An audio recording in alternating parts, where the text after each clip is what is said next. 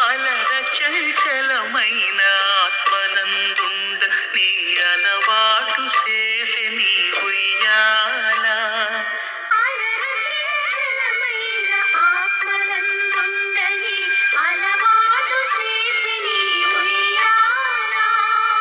పలుమారు ఉచ్ఛ్వాస పవనమందుండ నీ భావం